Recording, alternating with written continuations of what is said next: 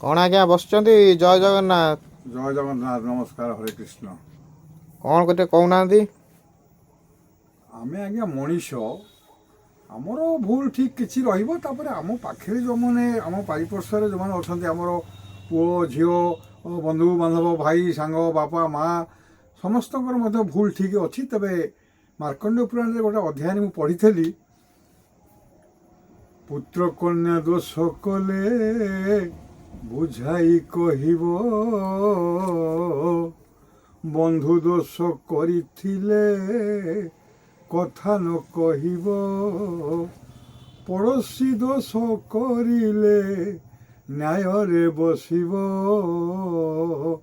ଭାତୃଦୋଷ କରିଥିଲେ ଭିନ୍ନେ କରିଦେବ, ପିତା ମାତାଙ୍କର ଦୋଷ କେବେ ନ ଧରିବ, ବ୍ରାହ୍ମଣ କରିଲେ ଦୋଷ ମାନ୍ୟ ନ କରିବ, ବେଶୀ ଦୋଷ କରିଥିଲେ ନିର୍ବାସନ ଦେବ, ହିନ୍ଦୁର କରିଲେ ଦୋଷ ମାର୍ଜାର ପୋଷିବ, ମାର୍ଜାର ରକ୍ଷୀଣତାର ଉତ୍ପାତ ନାସିବ, ଗାଭୀ ଯଦି ଦୋଷ କରେ ଯଷ୍ଟି ଖଣ୍ଡେ ନେବ, ଯା ଯା କହି ତାକୁ ହଉଡ଼ାଇ ଦବ, ଭାର୍ଯ୍ୟା ଯଦି ଦୋଷ କରେ ବାକ୍ୟରେ ଗଞ୍ଜିବ, ପିତାମାତାଙ୍କର ଦୋଷ କେବେ ନ ଧରିବ।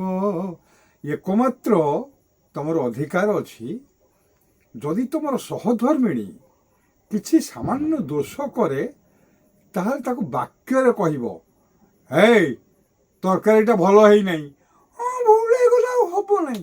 ମରାମରି, ହାତ ଉଠା ଉଠି, ଗାଳାଗାଳି କିଛି ଦରକାର ନାହିଁ।